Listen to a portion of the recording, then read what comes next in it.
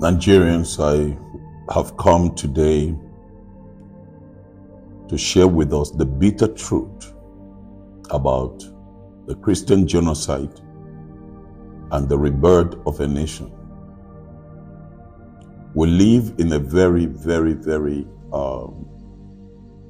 sensitive period in the history of our country. I want to thank the millions of Nigerians that have committed themselves to seeing that we fight a just cause. I've seen the hundreds of thousands of responses, and I thank God that from all that I've seen, 97% of Nigerians want to, for one, stand up for what is truth and what is right. And at this moment, I'm going to read some things that I put down and penned down. But I'm speaking to you in the midst of all the threats, some of the threats that some people have tried to instigate, to threaten me, and to try to calm me down. But I've refused to keep silent, and I've refused to be cowed down. It's not about me. I am a father and a blessed grandfather of 8 grandchildren. I can live like any other person and be silent and just cruise with life and just enjoy life and forget about the suffering of the people. But I've seen that the greatest thing that can happen in a life and in a nation is for a person to live for the glory of God and for the blessing of humanity. Money, silver, gold, position will all fade away. Buhari is no more. He was part of the people that brought in bandits together with some of the politicians in this country. So it's not that you don't know who were the people that established Boko Haram. The social media will always keep the records. Even when some traditional rulers in the north were saying if you touch a Boko Haram, it is a fight against Islam. What we're seeing that is going on, it started with wiping away Christians first. I raised my voice.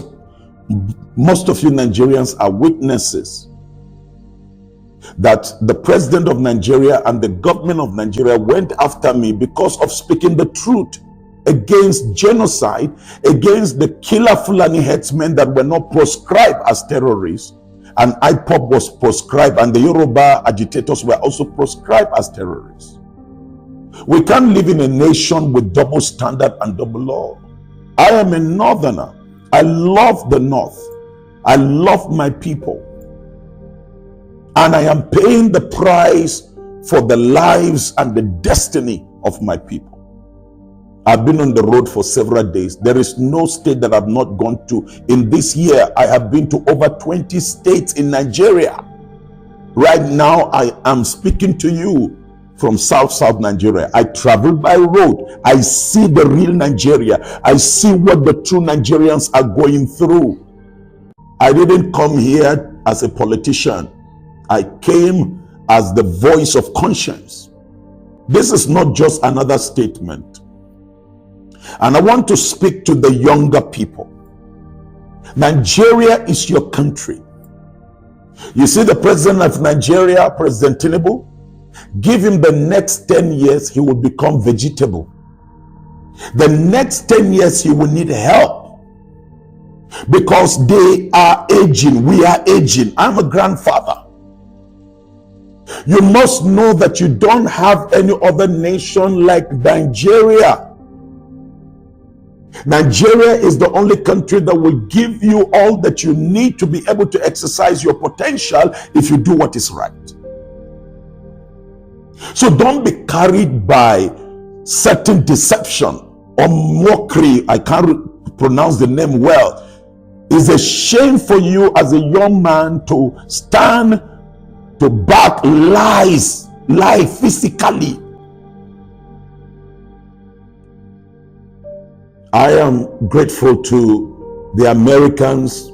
I am grateful for the people in the World Cup who stood with banners to tell the world that the Nigerian Christians are under genocide and they need to be defended. As much as the defense of all the Muslims that are being killed right now. When they were killing people in Katsina, when they were killing people in Zamfara, I stood up and I spoke against that killing. But you will never find Christian militias. What you find is Islamic militia.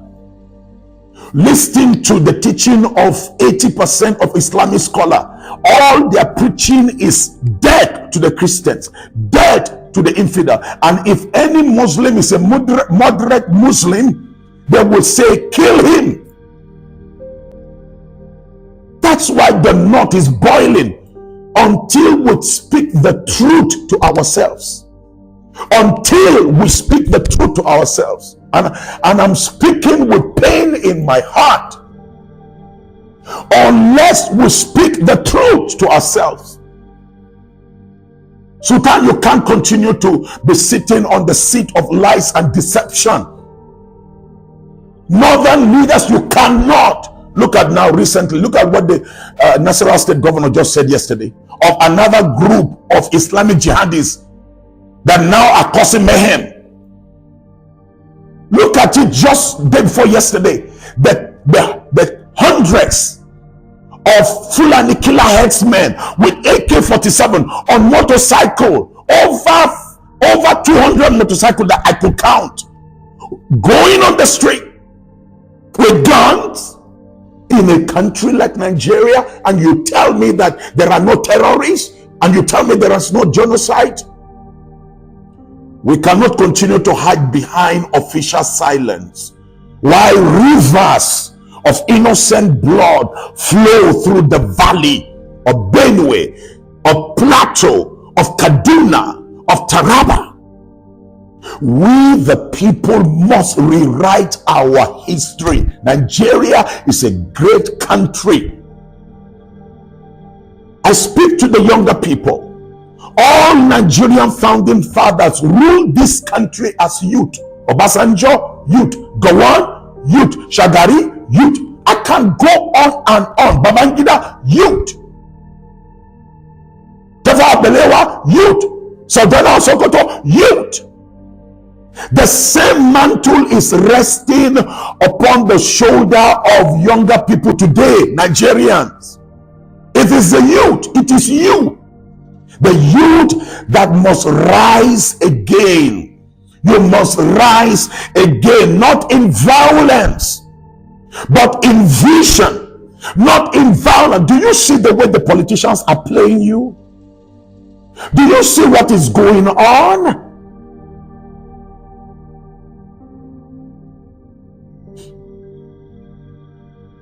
I saw the killing that took place just the last 24 hours on the plateau. And all of these places where Christians were wiped away from their community, taken away from their community, the terrorists are there. They are there as I'm talking. Where is the list of the sponsors of terrorists that the United Arab Emirates sent to Nigeria? We have it. You have it as a government. Why don't you go after them? So I am calling on America and I'm calling on the entire world to put pressure on the Nigerian government. I want the international community to help Nigerian government, help the Tinubu administration. He met it, but he must get to solve the problem. Millions of Christians are right now disarmed. I know how many houses I'm building. I know how many people I am paying their school fees. I know how many people I join in their burial, mass burial. We can't deny the truth. The truth is the truth. What is genocide? I will close with this, and I want you, if you really love your country and you believe that it's time we join forces together, the moderate Muslims and the Christians, we join our hands together to bring a stop to this. President Tinubu, I will tell you, you need to watch some of the people you have as national security advisor, as some of the people as ministers. It's not that Nigerians don't know who are giving strength and power. Some of the senators are blood-tested senators. Senator Buba from Bauchi is there.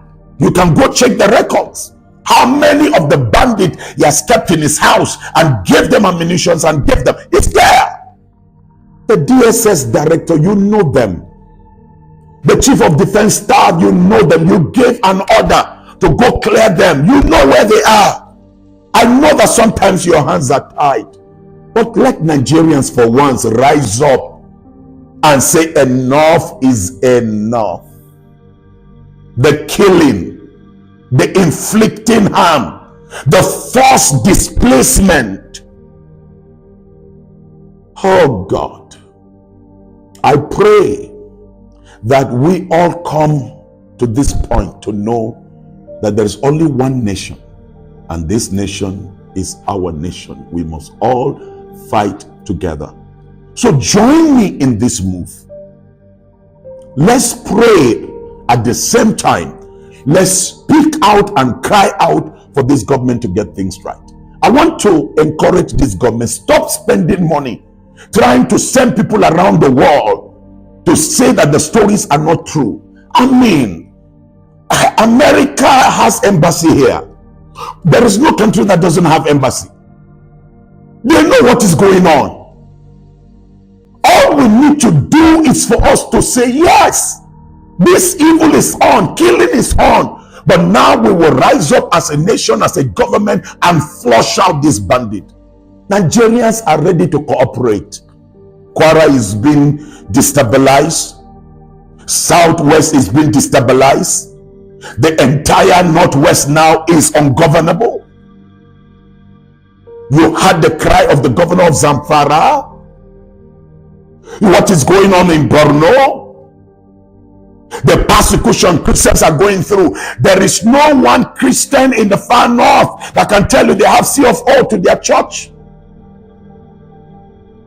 In schools, they are not allowed to have their Christian religious knowledge. In this same country, these are citizens and indigents of the land. So today I am appealing to every Nigerian of conscience. You can come and abuse me, you can say whatever, but I am speaking this far for you to know. It's time to wake up. You can see the people that were hired to come, and the people could not hide the truth. But they spoke the truth that there is genocide in Nigeria. We can't continue with these liars in government. Nigeria, you will know the truth. Church leaders, you will know the truth. Imams, you will know the truth. And it is the truth that will set us free. And so I pray that the God of heaven, who hears the cry of the martyr, the blood of the people that were shed, the blood will continue to cry until defense comes for the innocent in this country. May God bless you, and may God watch over every one of you as we join forces together to reclaim the soul of our nation. God bless you.